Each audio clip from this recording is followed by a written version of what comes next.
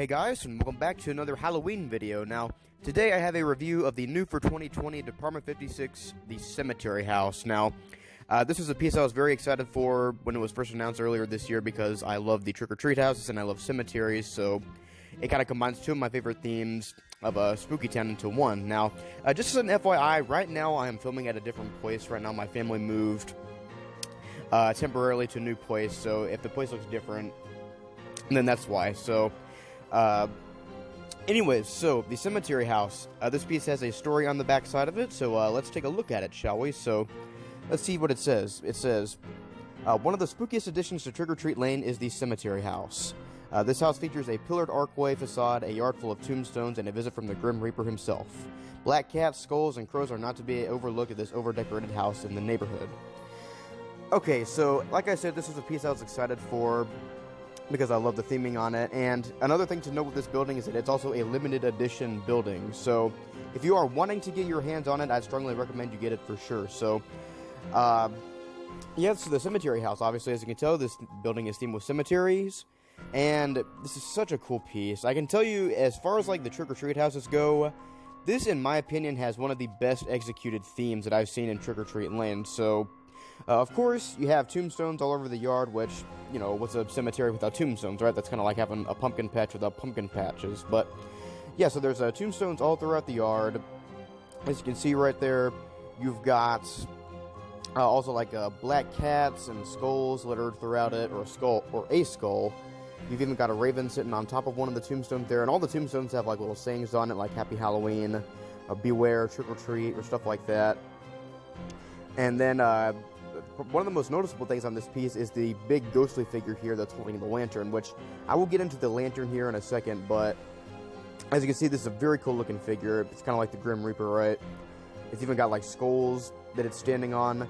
Very cool looking how that is. And then probably the biggest thing about this piece is the big archway that's at the front of the house. Now, this is done up to look like you're entering a cemetery or a mausoleum or something like that. Looks really cool. Very neat how that's done. This is a very realistic house, too. It looks like one that would really exist, which I love that. You even got these bendy trees on both sides of the house that you can bend them and extend them to however you feel. A lot of Department 56 pieces have these trees on it to where you can pose them and bend them, you know. Sorry about that.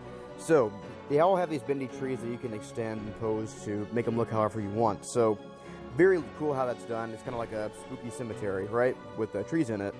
Now, getting into the lighting on this piece. This building is not super elaborate on the lighting front here.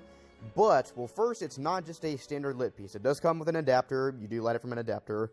And the one big thing of lighting on this piece that's not, you know, internal is the lantern on the out front. The lantern that's being held by the Grim Reaper guy here, it will light up, and it's very, very bright. It looks awesome in the dark. Again, it's very bright, so it does light up the area quite a bit.